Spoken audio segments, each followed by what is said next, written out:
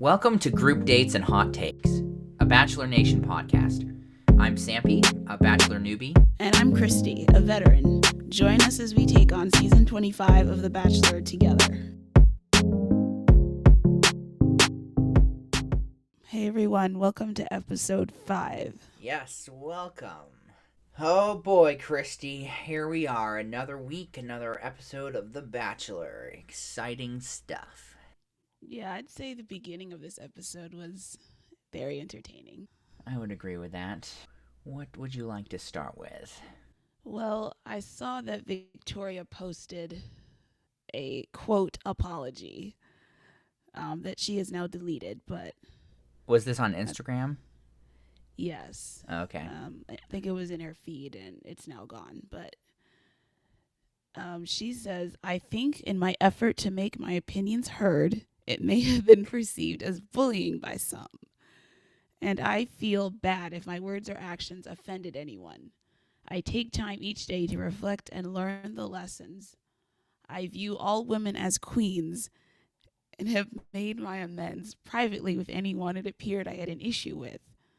I think it is important to learn from the past, live in the present, and to always move forward with a positive attitude. We learn more each day about social media and how it impacts us. I just want to encourage us all to be more positive and supportive. Lastly, of course, name calling is never okay. But I hold myself accountable and can just do better next time. I cannot change the past. It truly was not malicious, and I am so sorry. I love each girl I have met on my journey. And then she deleted it. Yes. I think my favorite part was at the beginning where it says, may have been perceived as bullying by some. So just keep that in mind as you listen to all the stuff Victoria says in this episode. That's interesting. Also interesting that it got deleted. I wonder why that was. I don't know. Interesting. Yeah, I feel like that's kind of a bunch of BS, if I'm honest with you.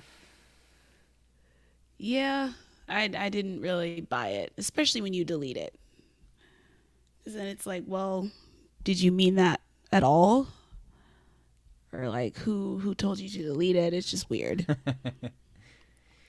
Yeah, it is interesting for me watching this show with fairly fresh eyes, because I think that it's obviously hard, right, to fully know how much is being influenced either by like the producers or the edit.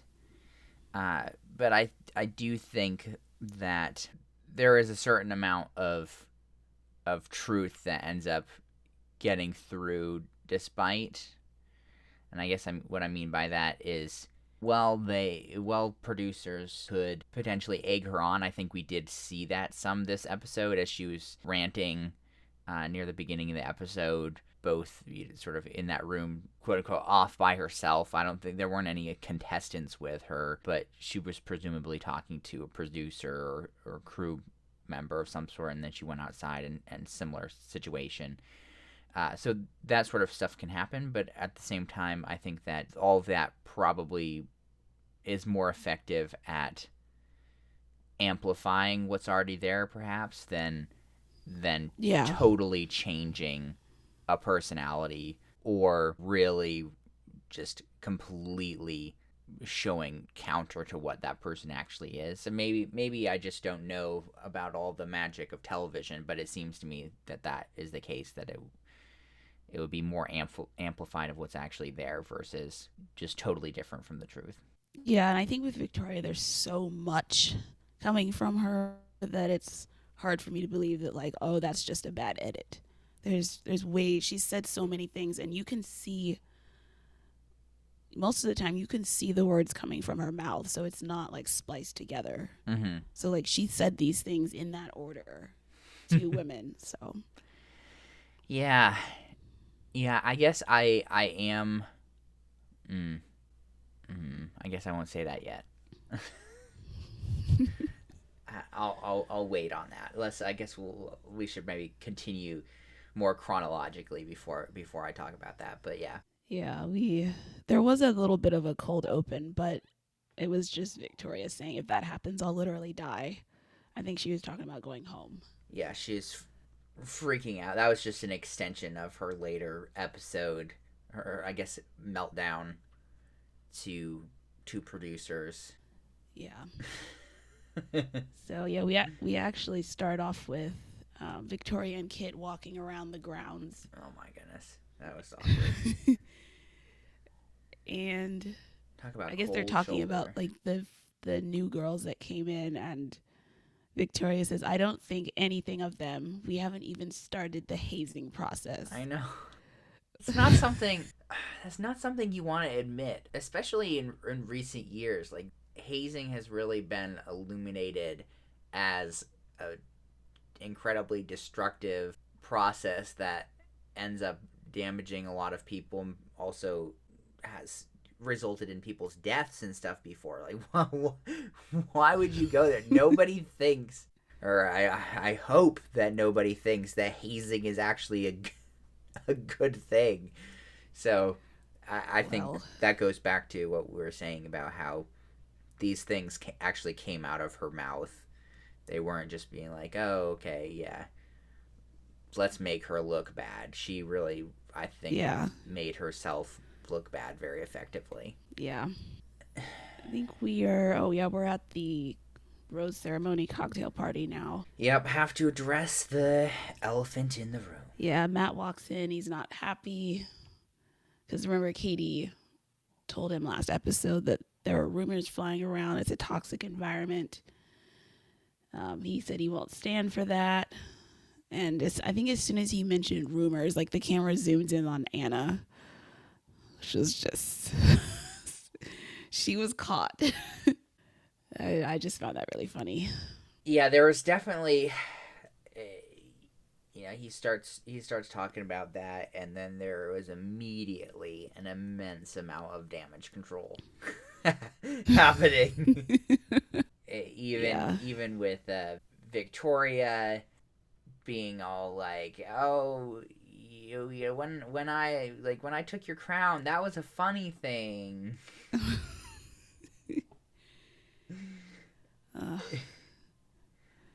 So Matt pulls Anna aside first, and she looks like she's headed to the principal's office. She sits down with him and says, "The worst thing I could say was said. I felt horrible." Matt's like, "I don't think you're a horrible person," but then like long pause, lots of sighs. He says, "I have a responsibility to follow my heart, and unfortunately you have to leave. The damage has been done." Yeah. So Anna's gone, and rightfully so, in my opinion. Before the rose ceremony. Yeah, I would agree with you. I do feel a little bit bad, not so much for her, but just for people in general, because I do think that the show intentionally tries to bring out the worst in people. For sure. And whether or not that was directly the intention in this case or not, as we discussed last episode, and I did look this up a little bit, and I couldn't find definitively, but the bits and pieces that I was seeing, it did seem like you were right in saying that they did bring everybody at the same time, and the 5 other people were just waiting around the entire time, having nothing to do. So whether or not they decided to bring those girls in really to try to screw things up, or if they're just like, well, we have them here, this would create some extra ratings and, blah, blah, blah. Maybe, I don't know what they have in terms of contracts with these people. But, yeah, so I do feel a little bit bad because I think people can get manipulated through this whole process on this journey. But she did definitely bring that on herself. For sure. Yeah. She really just latched onto this idea and went with it. Just the whole escort thing was just so unnecessary. Yeah, well, whether she just got caught up in the drama or she thought she could use that to get ahead, I don't know, but I don't think she counted on Katie, like, exposing the whole thing. I don't think she accounted for that. no, not at all. So, back with the group of women, Chelsea asked the new people, do you think the environment is toxic? Because I don't think it is. Which I found odd. Like, has she not noticed, like, the tension and just how uncomfortable everyone's been? I just found that weird that she didn't think the environment had been weird. Yeah, I mean, I guess I also understand that to some extent. If she wasn't directly in some of the conversations, and I don't remember if she was, I suspect she probably wasn't. You might be able to miss some of that because it is obviously amplified for us to a certain degree. Not necessarily the actions, but with them adding the music and the cuts they do, Yeah. and all of that. So it's possible that she was able to miss a lot of that potentially, as long as she wasn't directly involved. I know I probably would be completely oblivious to everything that was going on if I was in that situation. Yeah. Well, Michelle is like, yeah, people have said disrespectful things. People are laughing. And here's where everybody starts to like apologize and backtrack. Yeah, it wasn't so bad. I was just trying to be funny. Yeah. Victoria even says to, I forget her name, but the girl who's Miss Puerto Rico, she's like, I don't think you were treated fairly, which she's the one who took the tiara off her head. Like, how can you say that? Yeah, talk about just total lack of self-awareness. Really, So really Matt, wonderful. yeah, Matt's talking to Ryan, another one of the new girls, and she tells him Victoria said I was a hoe because I'm a dancer. The only reason she's apologizing is because you addressed the group. And of course, Matt is unhappy to hear that. And Yeah, it's hitting the fan.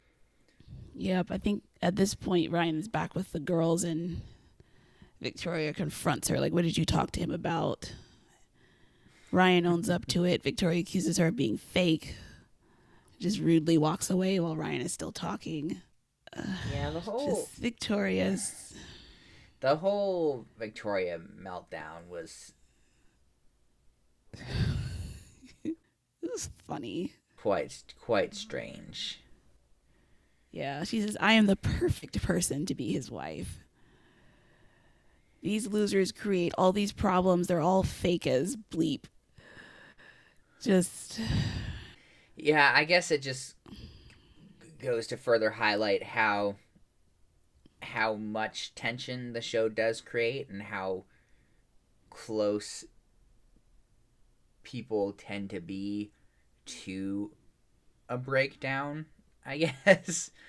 Just because of everything that's going on, and they're not getting to see him very often, and in this case there's all this tension with other people, and just incredibly stressful.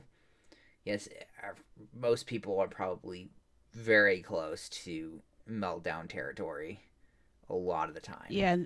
And then you add in alcohol, and that just makes it worse. Oh, I'm sure that has nothing to do with anything. Oh, we have the rose ceremony.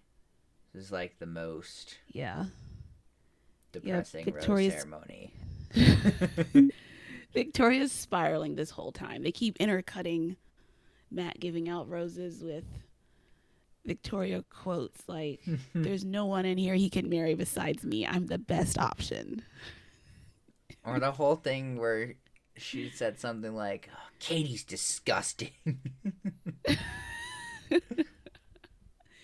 Oh, yeah, because when Victoria talked to Matt, Matt spilled the beans that it was Katie who came to him.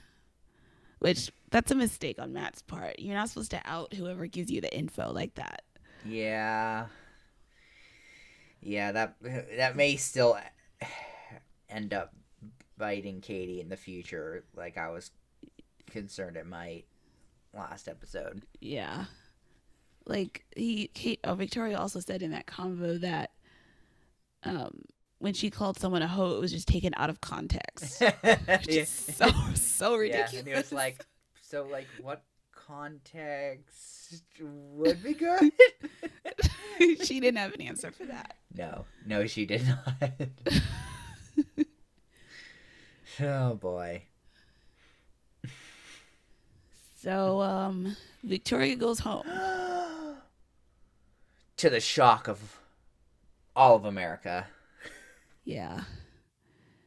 And like after Chris Harrison comes in and is like, if you didn't receive a rose, take a moment, say your goodbyes. The other women who went home just do the normal, like, walk up, hug him, and then leave. Victoria didn't do that. she like she didn't hug him. She just like walked like halfway up to him and says, I honestly feel so sorry for you that you listened to hearsay instead of the facts. Just so like accusatory and rude. Yeah, and then the whole bit about how like he's no longer her king, but she's still a queen.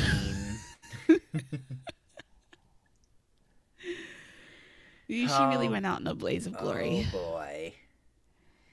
Yeah, honestly, I am glad that she's gone. Yeah, me too. Just because I think it was time. Ultimately, it's not productive, and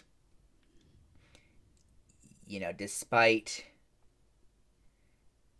all the cynical things that I've said in the previous 4 episodes about this show and just the transactional nature of it and stuff, I still do want to have some reason to believe, at least on some level, that like this is an honest attempt for all of that.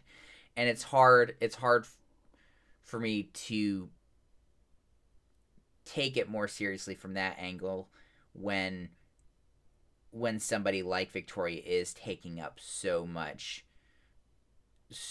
time and so much energy of the group. Like, you know this, of course, but just how much screen time she has had and how much she has dominated the conversations in the houses and in the house, and how much she has just spent so much energy making sure that she was the top dog as much as possible, and that like everybody knew it, and she was going to be the one in charge. Like, it just ultimately isn't productive. Yeah, I feel like there's a lot of other conversations we could have had from other women that Victoria's screen time is just sucking all the time away. Exactly. Like even Chelsea's conversation last week with her hair, I heard on another podcast that was a lot longer. Like Matt talked about how he used to have an afro, and like the conversation went on, and we didn't see any of that. And I'm sure there's a lot of other girls that have more meaningful conversations, but we're stuck with Victoria's antics. Exactly. And, you know, I guess it makes sense from a ratings perspective, but it's still kind of annoying. Yeah. Well, she's gone, and I'm sure we saw somebody else takes her place with. Yeah. Rest in peace or whatever. Yeah, she was so angry about that. Yeah. I have brought people so much joy. It was another quote of hers. Yeah, that, and then like, didn't she was all like teary-eyed, like, I'm never gonna date another Matt as long as I live, or something like that. It's like, okay, Victoria. Stay away from that. It's so dumb. It's like, that's such a dumb thing to say. Yeah. My word. I guess I'll ask you here before we move on to the next one-on-one. What is your opinion or your thoughts on Matt as a bachelor? Because I obviously don't have a whole lot of context for how bachelors generally behave or anything. But what do you think about that? Like his personality, how that mixes with the show, how he's been handling everything, maybe things that you just think he probably should be doing a better job at, maybe just all of that. What do you think? I think he's doing fine. Like especially since he wasn't a contestant before, which I think all the rest of the bachelors for the most part have been. So he's not used to the cameras, I guess, about as much as the other women are. So I think he's doing fine. He seems, in this episode where he ditched Anna and Victoria, I've seen bachelors in the past that would have let that drag on longer. So, like, I appreciated him getting rid of them. Once he was told what happened, he seemed to be pretty decisive in, like, making sure the environment in the house was a little better at least, and getting rid of the troubled people. And with like his conversations with the women, it's hard to tell because so much of that is edited down. So sometimes it doesn't seem like he has much to say when people tell him things, but so much of it is cut out that it's hard to tell. Yeah, I think I've heard that criticism about him kind of being more of a wallflower. Yeah, he says, I can't imagine a lot when someone says something. So. Yes, he does. Yeah, I mean, he's not any worse than any other bachelor so far. He seems to have a good sense of humor, too. And what do you think about how... Oh, sorry. No, I was just going to say, on social media, we see a lot more of that. His fun side, but not so much on The Bachelor. Okay. I mean, I don't follow social media at all, so I have no context for that either. Well, social media is kind of the reason why he became The Bachelor in the first place. Really? Like, he's the best friend of the guy who finished top 2 on The Bachelorette from, I guess, 2019. That guy has like 2 million followers on Instagram. So he just happens to be the best friend of that guy. Huh. That's how he got on their radar in the first place. Because did you know he was supposed to be a contestant on Claire and Tayshia's season? No. I did not know that. So, yeah. So he was, but then like they announced him as the Bachelor. So obviously he couldn't be. But he and Tyler is actually showing up next week. That's that guy they showed in the previews. Okay. Interesting. So he and Tyler like made just lots of social media content, that's the only reason we kind of know who he is. Interesting. Gee, I'm sure you follow and pay attention to all of that, but I am completely unaware. Well, you're just coming in fresh. Yes, very, very, very fresh. How do you think that he handled all of the drama from the perspective of when he actually started picking up on all of that? Do you think that a more seasoned contestant would have noticed sooner or realized more fully that sort of tension would exist? I'm just curious about that angle. Well, he should have known once the new women came in that's going to cause a rift. But I don't... It's hard to tell because I think the women made it so much worse than it needed to be with the whole us versus them thing. So he probably didn't know it was that bad. But like when he walks into the room, I feel like he's not aware of all the conversations that were happening before. So if all the women kind of like put on a brave face, then he's not going to know like all the tension. Yeah. I guess I I would mostly agree with that. I think kind of coming in after they arrived, he probably should have picked up on some of that, because there was definitely some obvious tension in the air, particularly after they witnessed him, making out with Brittany. Was it Brittany? Yeah. Uh, and then he comes in and everything is super awkward. I feel like he maybe should have picked up on that, but yeah, it's interesting for me to see how he reacts to all of this, because I don't really have a baseline for what is normal at all. I mean, the last Bachelor behaved worse than he has with some of this stuff. How so? So, Peter, the last Bachelor, was He was the flight guy, right? Yeah, very indecisive, and he would like feed into the drama. Like, I don't remember all the details. I just remember watching it thinking, why did you do that? Like, there was one time he gave, like, one of the girls like went to his like room or whatever, and he like went and got a rose and gave it to her, like, while she's in his room, and then she had to walk back to the rest of the women like with this rose in her hand. They're all like jealous of her. Like, he would do stuff like that just made things worse for the women. So wow, I think Matt's better. So oh boy.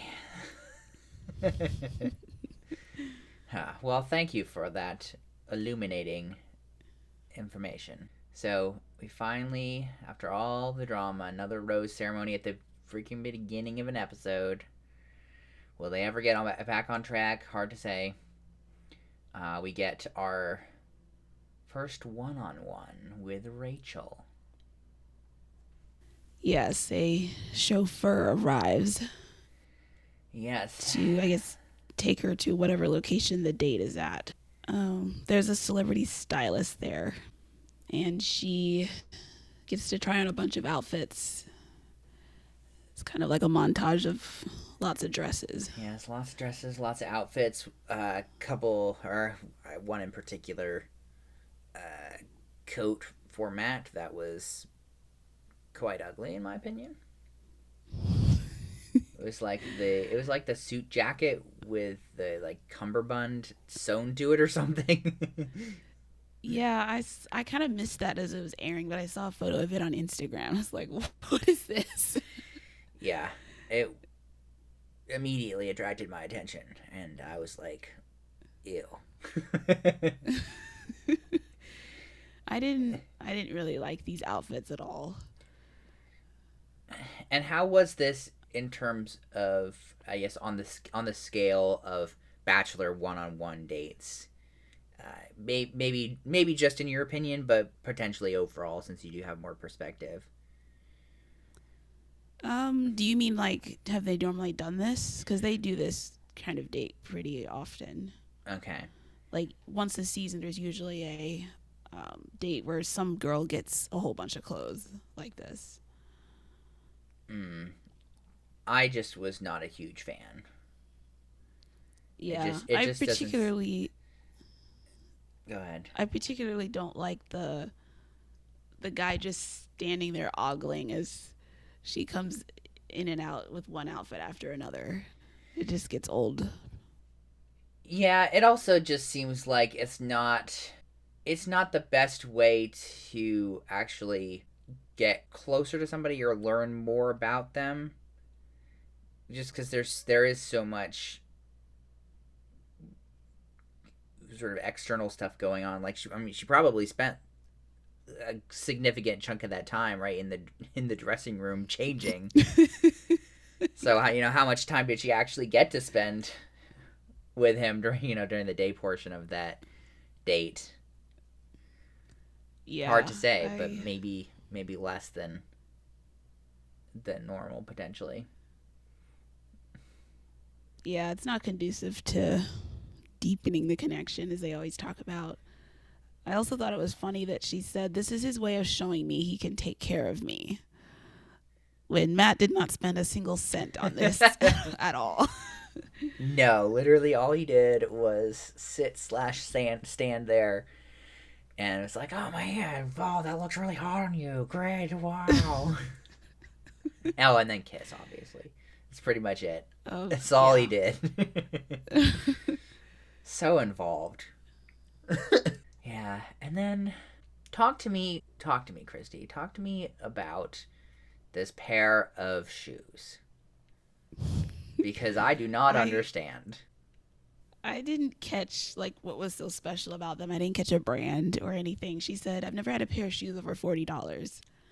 So it, I don't know. Yeah, Maybe it was so supposed to be like a Cinderella moment, but I guess I'm it sure they didn't were land with probably me. fabulously expensive, but Yeah, that was very weird for me because I just could not figure out what the significance was specifically about that pair of shoes. If there was I really supposed to don't be think there was something one. or I don't know. or even later where the girls are like, "Oh, are the bottoms red?" And she's like, "Yeah." It's like, what does that mean? I don't understand. Is it I think it was important just that to the match. I think it was just to match the dress. I Okay. think that's literally it. I don't understand fashion. I'm so sorry. Huh. I mean, I don't either. Yeah, and then I continue to feel bad for most of these people as she shows up with a million bags of clothing and then the weird chauffeur guy is just like, ah, here I am again. I'm here to bring you your evening wear. Please wear this before Yeah. your date. Just strange. Yeah, it's weird. It's like who puts a evening gown in a giant gift box? Just a The strange presentation. producers of The Bachelor. Yeah, all the girls are like pretending to be excited for her too, which is weird. Yeah, and I don't know. I'm going into crotchety old grandpa mode here again, but it just doesn't seem like of all the dates you could go on, this sort of pseudo Cinderella type nonsense just seems like the most generic blah like option that you could get. And I know I know that there's at the very least there's the excitement that you actually get to do like you actually get to do the one-on-one and actually get to spend the time with him, but it just seems like such a low effort thing for the producers. Be like, yeah, women like to be treated like a princess. Let's just have her try on a bunch of clothes, and they'll dance around with each other, and just be so romantic. And I don't know. It just maybe that I think I'm just showing my cranky, cynical side. But I was just kind of irritated through that whole thing. Well, I wouldn't have enjoyed this either, but like you said, it is low effort, which is probably why they keep doing it. It's it's the same thing each time they do it. The excitement and having to walk back with all the gift bags. It's Yeah. literally the same. Yeah. And like all these girls want to be influencers anyway, so this is kind of like right up their alley with all these fancy clothes Yeah, and I guess so, because shoes. that is a big part of all of that is the like the designer brands and the outfits and sort of the modeling, even if you aren't necessarily a model potentially, or I guess I would say not officially by being like signed by a modeling agent, but I'm sure a lot of those people are actually signed by modeling agents too, if I had to guess. Yeah, I know Chelsea is.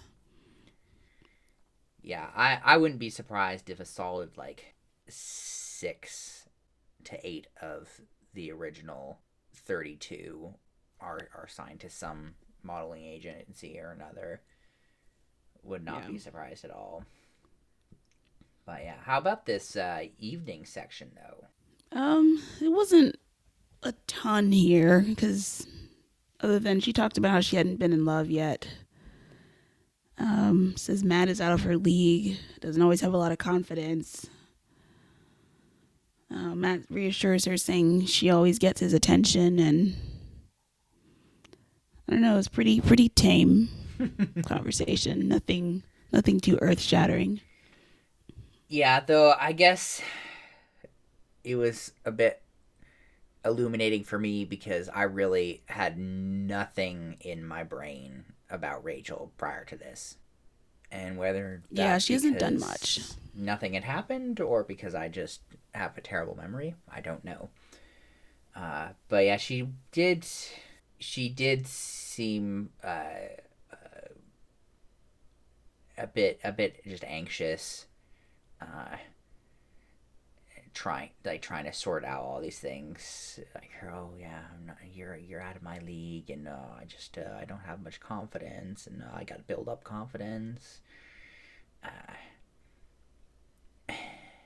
It is very strange for me as well. The context of just how he was at the end, like, I just feel like he went 0 to 60 so fast.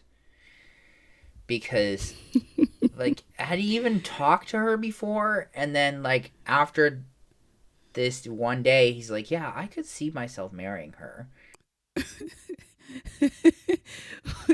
He has group date convos with her before, but that's about it. He just, But yeah, that was. Well, she also said she was falling in love with him too. And then he said it back to her, which is wild. boy. But that's kind of how The Bachelor works. People go from 0 to 60 in the span of one date. Yeah, and I think they definitely push for that. Otherwise, it wouldn't. Where would all their ratings go? Yep. Oh boy. She obviously gets the rose. And a bunch of makeouts. Yes, I believe I'm not going to spoil things by revealing the kiss counter total, but I believe 5 of the kisses from this episode were with Rachael. Yeah, I believe that. Which is probably, I would guess, is a record, a single episode, single contestant record of 5 kisses to one individual. Yeah, for sure so far this season. I never thought I would be responsible for keeping track of make-out statistics, but here we are. Oh boy. They get in a horse-drawn carriage. That was the end. Yeah, so romantic. A horse-drawn carriage. Yeah, says he could see getting down on one knee and proposing to her. This is week 5, Matt. You know how I feel about that. Skeptical. That's how I feel about that. Skeptical and cynical. Yep, I would agree. Oh man. So then the group date. And yeah, country themed. And at this point, so right, we have 15 ladies left. Then you had Rachael have a one-on-one, which left us with 14 women. All of those 14 went on that group date. Well, except for Kit, who got the second one-on-one. Okay, that's right. So 13.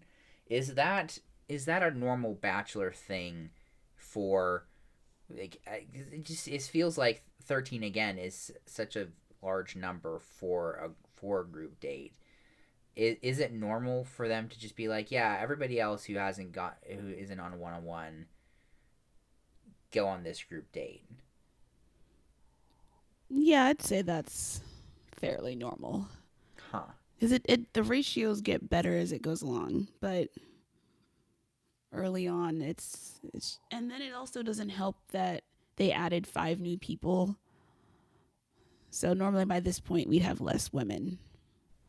Really? Which is probably why it seems strange to have still 13 on a group date.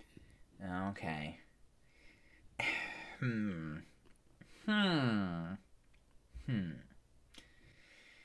Yeah, so they head out to the country to meet with Farmer Ty. Was Ty's name? I think so. Yeah.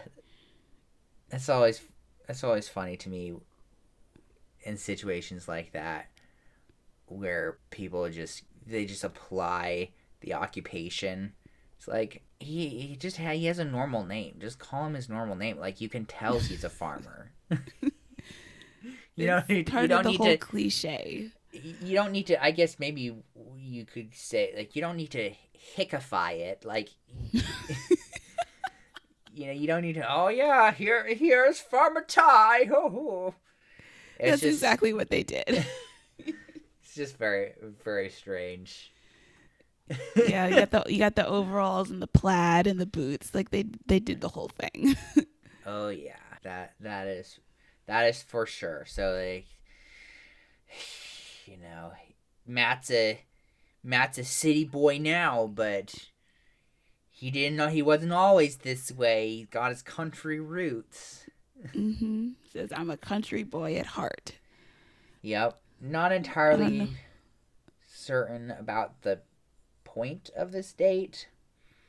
Besides, I guess, him wanting to see how they would handle all that stuff, but I'm just gonna go out on a limb and say his final pick is they're not gonna be doing stuff like this. So this is kind of pointless, but it was funny to watch. What, you're telling me that the person he gets engaged to, he's not gonna make them shovel poop? I don't know. I just have a feeling no. Well, no, clearly not. I mean, right? He's quite wealthy, living in New York. Whoever he picks, I'm sure, is also going to be fairly wealthy to some extent, and presumably even more wealthy with the social media increase in popularity. Yeah, definitely no. Of course not. They're not going to. I just, speaking of poop, I found it so hilarious that they censored those shovelfuls of poop. It just, like, as you saw, I rewound like 4 times because I saw it went by and I was like, wait, did they really blur that shovel out?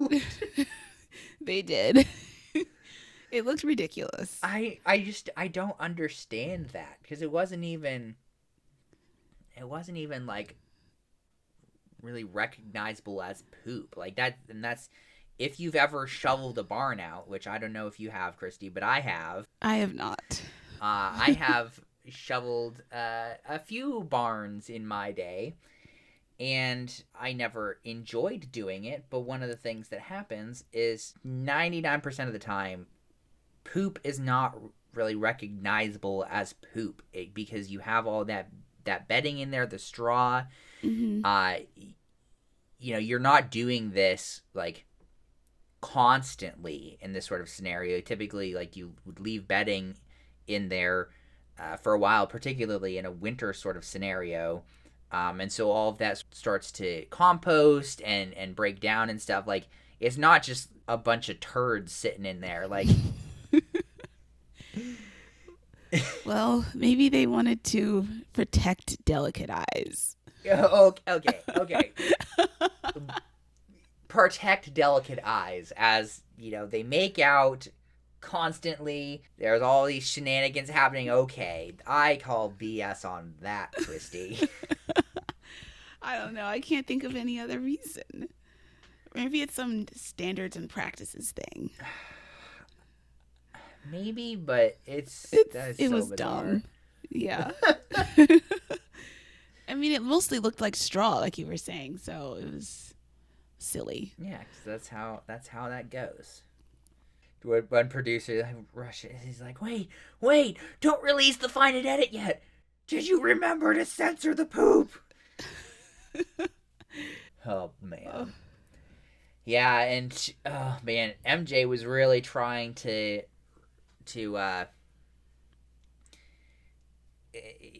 insert herself as much as possible in this situation on this group date. Really over the top. Yeah, they were in the chicken coop, and she didn't want to be near those chickens. That's for sure. Weak. They also tried to milk a goat, and that didn't go well. No, that did not go well at all. Clearly, not experienced at milking goats. It was pretty funny to me how, and I think this was Abigail who was talking about what do you call that again? I think I've seen it acronymized as ITMs, like where they're by themselves. In the moment. Oh, that's right. Okay, in the moment. Yeah, I believe it was Abigail who was talking about MJ and how, first of all, how it was kind of ridiculous for her to be all like terrified like that, and then also how she was pretty sure it was just made up. Oh, yeah. It's hard to tell. I'm guessing MJ hasn't been around a bunch of farm animals before. No, but I mean, like hens are like pretty much the most non-threatening. Like I would understand maybe if there was a rooster in there, but like hens are incredibly non-threatening. Maybe she didn't know. I don't know. Yeah, I think it just sort of played into, and maybe this is a stereotype, but I've seen this happen before in my own experience. I've seen this happen with people, but just how sometimes that ends up getting played up, and it ends up being kind of a dramatic thing, and I'm not sure what exactly the purpose is, but it's sort of, it's just a strange reaction, right? Where you have people just like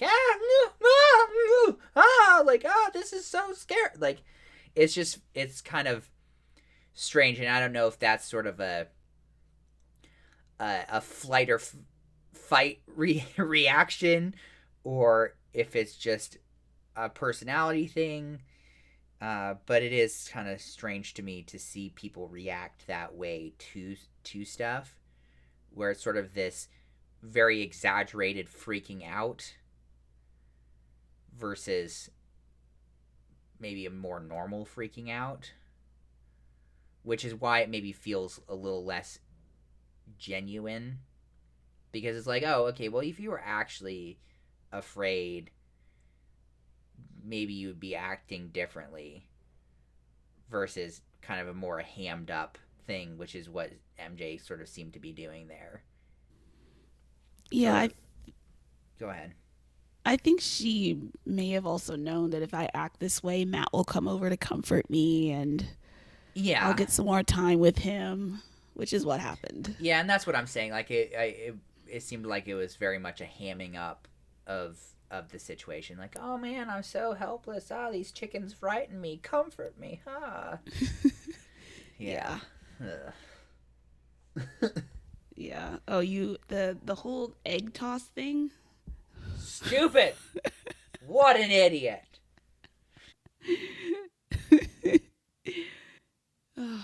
Yeah, Matt tossed her an egg, and she didn't like try to cushion it or anything, and it just broke.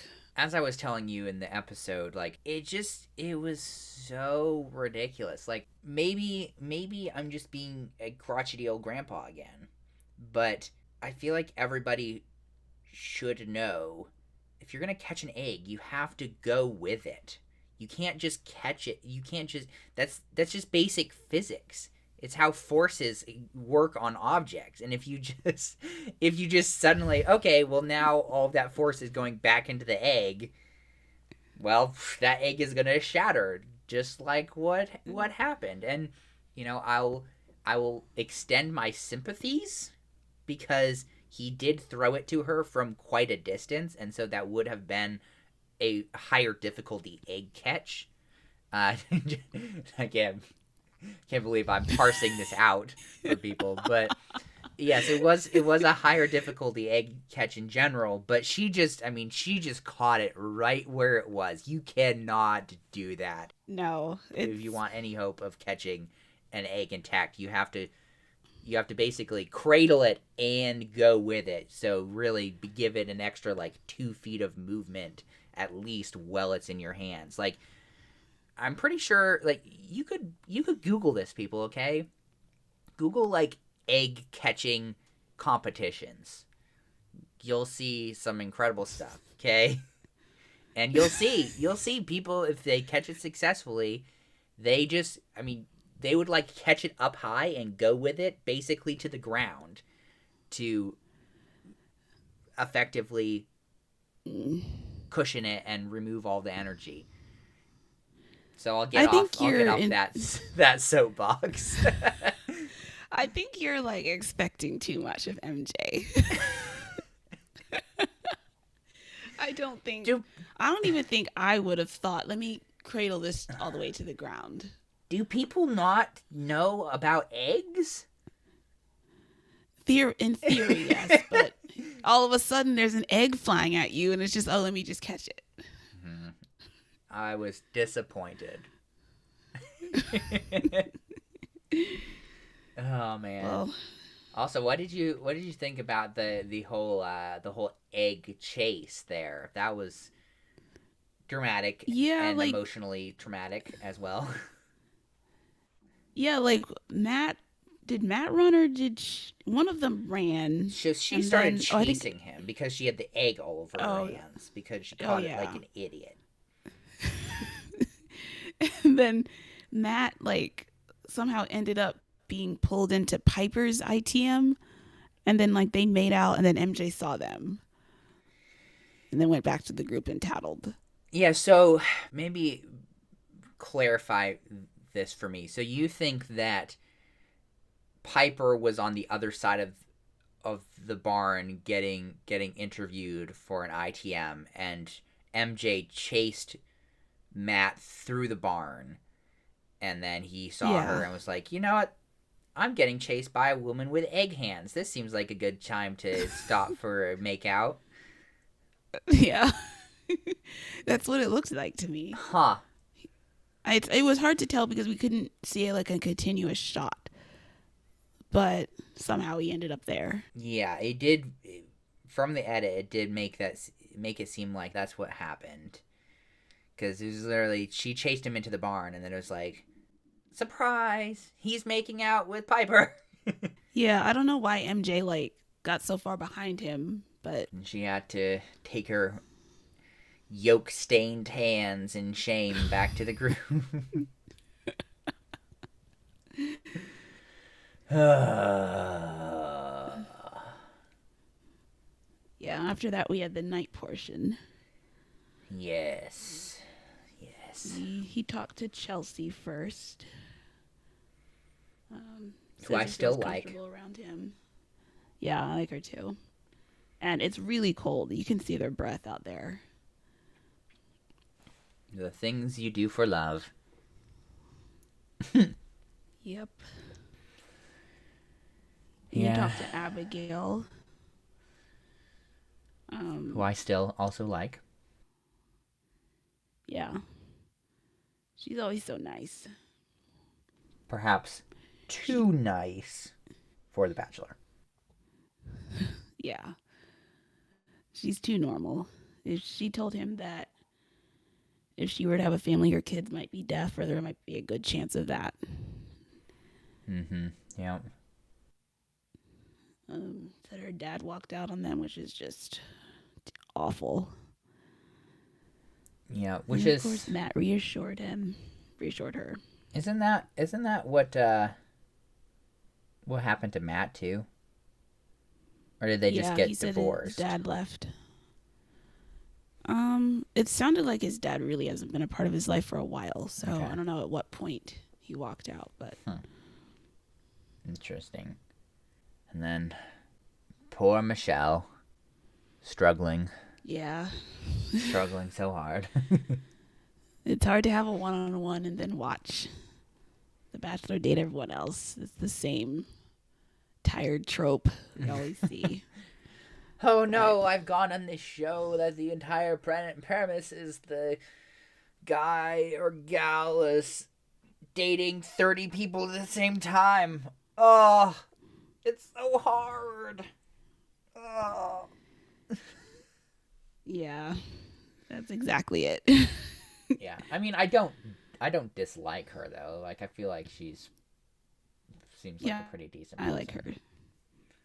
But not the case for MJ, who not only sucks at properly catching eggs, but is also kind of a Victoria light to some extent. Yes, she became the villain in this episode. Yeah, I guess. Oh yeah, Matt talks to her here and says he heard she was an antagonist. And she says this phrase, which she will say approximately 100 more times the rest of this episode. I lead by example. What does that mean, Christy?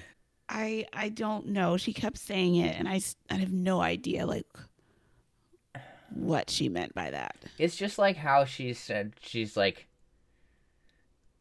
for peace and harmony or whatever. Like, Yeah, she talks in cliches. you're just saying words. I don't. That make no sense. Yeah. I don't Yeah, understand. thankfully she gets interrupted by Brittany. Oh yeah, MJ that was tries awkward. to say like, yes, very. She's like, 1 second, and then she turns to Matt. Unless you're done, and he's like, yeah, I'll talk to you tomorrow. Oh, big oof, big Very, oof. very painful. Which I think those moments can be pretty telling, just Yeah, for you for can tell mind who he likes. for mind space. Because right, typically the default is a lot more okay. I have my side with you. I have this conversation, about whatever BS nonsense that they don't end up talking about, and then okay, and they're like holding hands the entire time, or their hands are on top of each other, like on her thigh or whatever, like that. Those are like those are the two classic. It's a mid wide shot on the two of them talking, and then close up, hands clasped together on the couch, or close up, hands together on her thigh. Like, it is Yeah. 100% the go-to sort of thing. But then you have these exceptions to that, because again, that the other is way more the norm. Things like the aside that he had with Victoria, right, that ended in a hug previously. Yeah. where just and even an awkward hug. It ended his whole aside with Victoria just ended in an awkward hug when she clearly wanted a kiss. So I do that's think how you know you're on the bottom. Yeah, I do think that these sorts of moments can be very telling as to the sort of direction the show is going in potentially. But yeah, that had to have hurt. Yeah. So now she's angry and goes back to the rest of the women in the group. It's like, I was called an antagonist. My character is put into question. And I think Jasenia is the one who ends up taking on the brunt of MJ's wrath here. Well, because I think, wasn't it Jasenia who told Matt right? Because MJ was like asking like, oh, who told Matt that like I was an antagonist and like all this different stuff, and Jasenia was like, I told him that like you were kind of a crappy person. I mean, I don't remember seeing that conversation before, but she admitted to it, so Yeah, I was trying to remember if we actually saw that or not. it's possible, and I just glossed over it. But Yeah, there's generally so much happening that it is easy to miss stuff if you're focused on other things. Even, talking with our many listeners just about their own impressions of the show and the things that they've noticed, our huge audience out there, there can be a lot of different perspectives and things that people latch onto and notice and remember, because we're our own people with our own perspectives and backgrounds, watching this thing, taking notes of things that we notice and think are important. And so it's, I would say it's entirely possible that interaction was actually filmed, and we just were so focused on other things that we didn't notice it. But she accepted responsibility for that, yeah, which may not end well for either of them. But yeah, I was glad she called out the whole lead by example, how that was a problem, because she was the one who instigated this whole varsity versus JV thing, which is so dumb. Just, you're all on the same playing field here.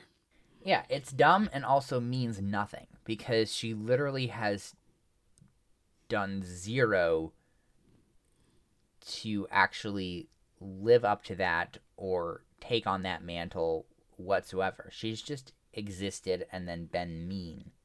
So maybe I guess she just means I've led by example and being mean. But no, that's not Yeah, what well, she. I'm sure she would say. No, she's perfect and wonderful. Yeah. I mean, If you say that, you're calling her character into question. yes, okay. Hot take. I am calling her character into question. Yeah. She has great curly hair, but her character, I question it. Yeah. Side note, there's some really great hair this season. Oh yeah. That is Just for in sure. general. I mean, between MJ and Maggie, I mean there are a bunch of others as well, but those are the two like that. Really, Yeah. I like Piper's hair too. Yeah. Maggie also just has so much hair. Yes. It's so thick and so long. I think I want to know how long she's been growing that. Probably for quite some time, because the volume on that and the length on that is just extreme. Yeah, even when she has it like pulled back. I know and, it goes out so like 2 feet behind her head. Yeah.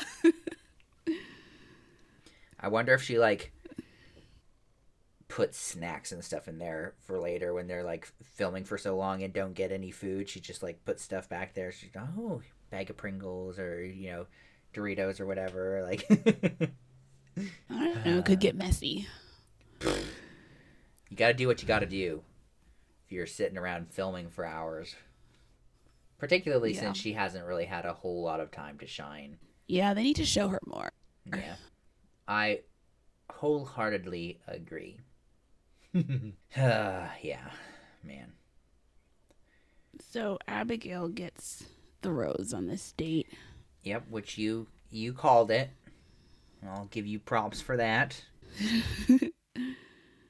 And I also noted that MJ said after that happened, I'm focused on his and I's relationship.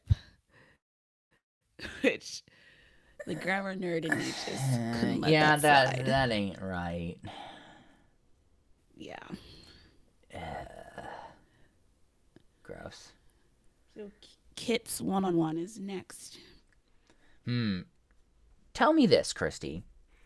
what do you think of Kit now? I know we kind of were poking at her in the first episode about being fairly similar in like life circumstance and annoyingness to Victoria, which obviously Victoria really shot off like a rocket after that. Um, Yeah. But what do you think of her now that we're 5 episodes in? Has your opinion changed? What are your thoughts on her as a person or as a contestant or both? Well, she hasn't done much up to this point. I thought she was going to be more of a character, but she's just kind of been there. So I don't know that my opinion of her has changed that much, honestly. Okay. Haven't seen much of her until this one-on-one here. Yeah, I feel like she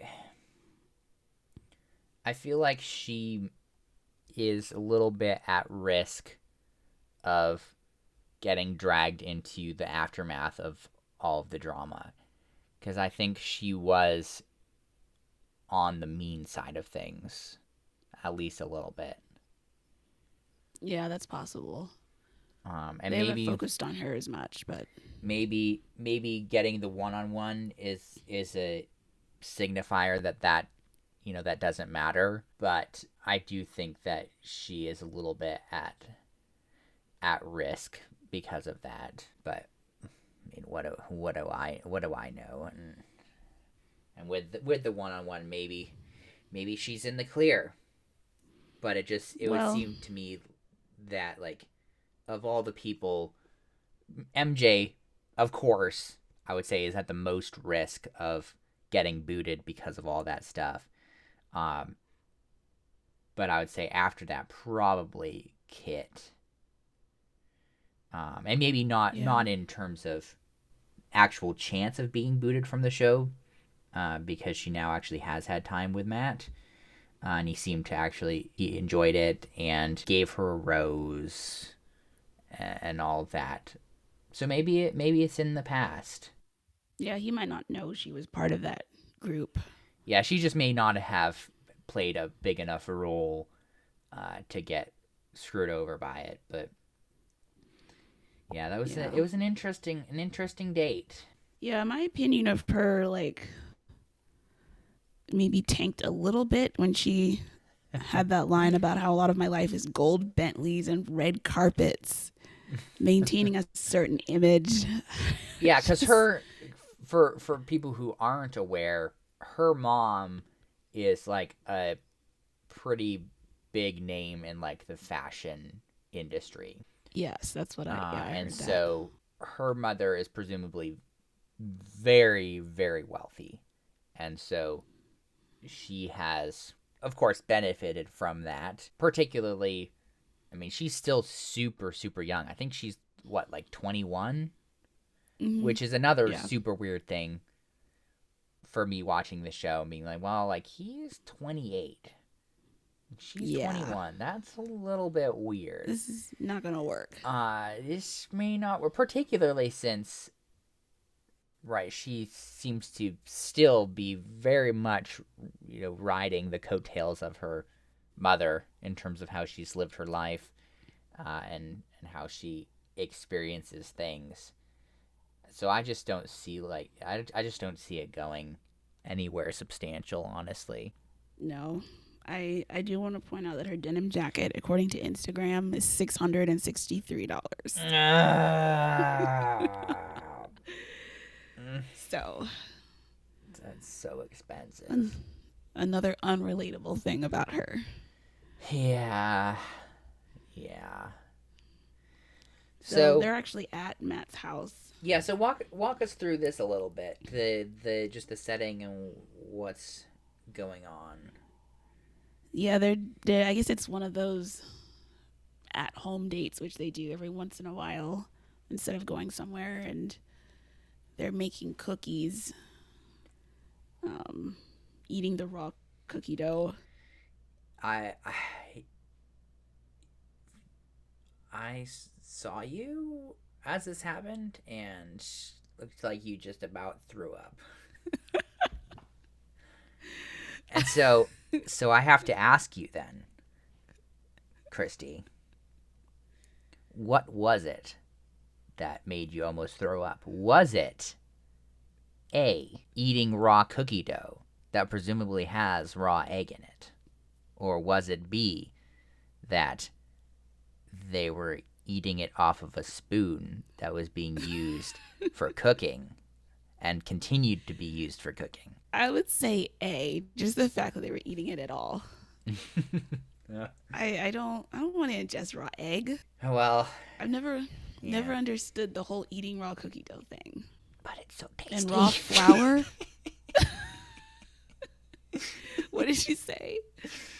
I said, but it's so tasty. But it's raw. It's everything is raw. Ugh. Sometimes you just gotta take risks in life. I see. I was more grossed out by B.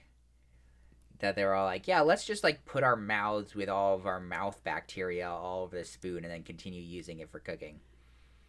Well, when you make out with them, like they're making out, so like what? It's all the same.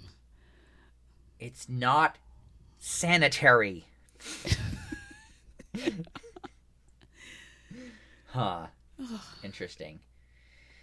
And this was just a single segment date, right? Actually, yeah, I didn't even notice that. It was Wow, just... I'm right for once. Incredible. Oh, it's like, oh, wow, this Yeah. was one segment. You're like, no. They Yeah, it were was there for an very entire short. day. Yeah. Huh. I wonder why that was. Yeah, she got shafted there a little bit. Yeah, But she gets the rose. got the rose. Yeah, I always am skeptical, I guess, of people who do work so hard to maintain a specific image. You know, with Kit as an example of how she's lived her entire life, you know, with this incredibly wealthy mother, and so she's just like lived her life projecting this image of herself, and how, you know, she's wealthy and, you know, she can afford these things, and as she was saying, you know, oh yeah, I'm just living my life like on red carpets and fashion shows, and it just doesn't seem very realistic to live your life that way and expect to have normal relationships. Yeah, it's not very relatable. No, which I think she maybe even said this at one point where she's like, yeah, I've just like I have a lot of love in my life, but I've never had like romantic love. I think that was Kit, wasn't it? Yeah, I think she said that after they made the cookies. Yeah. So that was great. I mean, I definitely would say that this date was a lot better than the first one-on-one date from this episode. It was a lot more just, I guess, intimate in terms of the space they were in and the interaction that they were able to have, and being able to actually do something together versus sort of a spectator date, which is essentially what the first one-on-one was. Yeah, you can actually talk and converse. Yeah, I would actually go on a date where I was like cooking food with somebody. I wouldn't eat the cookie dough off the spoon. No, unsanitary. I would get a fork, take some, eat it, and then put the fork in the dishwasher. That's much better. Yes, it really is.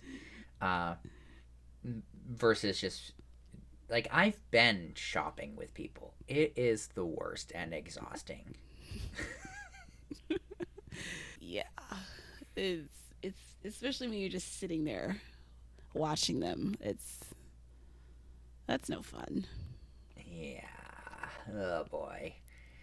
So, despite all the drama, this might be the most dramatic part of this entire episode after we get done with the second one-on-one. Yeah, it's almost time for the rose ceremony, and a date card arrives, and I didn't write down what it was, but it's essentially a 2-on-1 impromptu date. Yeah, where Sorry, two go people ahead. have drama and the lead needs to sort it out before the rose ceremony. And so does that happen on a semi-regular basis? Um, it's happened like in the last two. Like it happened with Claire and Tasha, and then with Peter last year. Oh, really? But before that, I don't really remember it happening. Interesting. Yeah, the date card, to my recollection, said something like, MJ, Jasenia, we need to talk, or something like Yeah. that. Yeah, it was incredibly dramatic how they how they both played that, and I'm sure they were told to do some of that stuff, but just how the palpable anger. Yeah. Even the way it was shot, like they showed the two of them walking like On the on other sides of each the side. hallway, yeah, just like Yes. With their suitcases, and then they pushed it this huge right across from each other. sense of purpose, and then like sitting in the car with each other, super angry. Yeah. Very dramatic. Oh yeah, and so then they just get left to stew by themselves before he arrives. Yep. And they start arguing. MJ's like, I preach harmony and peace. Like, what does that mean? It means nothing. She says, you put my relationship in jeopardy. I've never been more hurt in my life. I am done with this accusation. Basically, she just kept repeating that same thing over and over again with a healthy dose of I lead by examples again. Yeah. Yeah, I am firmly on Jasenia's side in this. Yeah, me too. Yeah. I do. Not even close. I do appreciate the attempt to keep her accountable, because it is true that she did start the whole varsity, versus junior varsity thread, when they came in, and really was one of the big ones sort of advocating for that mentality. But now she just wants to escape the consequences and escape being unceremoniously removed from the competition like Victoria. Oh, yeah. She saw that and I think is very afraid. Oh man, yeah, that was something. I was really hoping, as I told you, that they would finally have caught up, so that they could do a second rose ceremony, and then be back to normal. But no, of course we have to have a cliffhanger. Yeah, so maybe do you think they'll get back on track next episode if he has a quick conversation with them, and then they have the first rose ceremony and have enough time to have a second rose ceremony by the end? Or are we just doomed to, because they have to get back on track eventually, right? Because like the show ends with a rose ceremony, doesn't it? Or does it not? Yeah, this has happened before where they're off, but usually it gets fixed at some point. Usually it'll be before hometowns usually. And so how would it get fixed? Would they have an episode with 2 rose ceremonies, or would they just have an episode with none? It would be 2. Okay, so I guess I'm not totally off base with that then. Yeah. Well, as always, tons and tons of drama. But what do you think about that post-credit scene? It was not as funny as previous. They were maybe hoping. Yeah, it was a little lame. They were just feeding goats. They had like buckets tied to their waists, and they had to search for a horseshoe in the straw. Yes, as the goats were trying to eat the grain from their buckets, which I will take this opportunity to say that goats are literally the worst. goats are evil. They are just about the most evil creature that I've ever met. How so?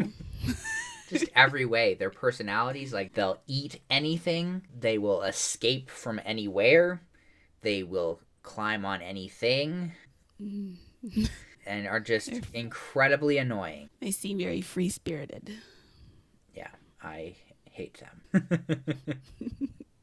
I hate them so much. Because I have had to deal with them before. Because sounds like it. Yeah, like stacking hay and the goat is climbing on the pile of hay bales that you're making and knocking them over. Oh. I don't have... It's nothing personal, clearly. I just hate them. Oh, man. Well, unless you have any other pressing concerns for us, I guess I'll go ahead and do the official group dates and hot takes Bachelor Nation kiss counter before we end here. Yeah, how many did we have? Well, Christy, I'm glad you asked. We had a total of 12 kisses this episode, which is a season 25 record. And not only that, since Rachael? Yes, Rachael had nearly 42% of this episode's kisses. Wow. Which, I guess, good for her. 5 kisses. Yep. Yeah. So many kisses. And then, we're talking about kisses. I don't even remember who it was with. But do you remember that one kiss? I guess it must have been on one of the one-on-ones where it was just the most weird kiss I've seen in my entire life. Like, what were they doing with their mouths? I don't understand it. I think it was Kit. Oh, okay. Yeah. It was... it's hard to describe. It was like two... Like... It was like two fish. Like... with their faces smashed against each other. Like... And I say that, like, I don't think that, like, other kisses look like that. That's why it was so bizarre to me. Yeah, I did notice it. I was like, what's going on there? Oh, boy. So strange. Well, I guess on that note, we will bid you all adieu. This has been Group Dates and Hot Takes, a Bachelor Nation podcast. I'm Sampy. I'm Christy, and we'll see you next week. Yeah, she got shafted there a little bit. She wished. Yeah.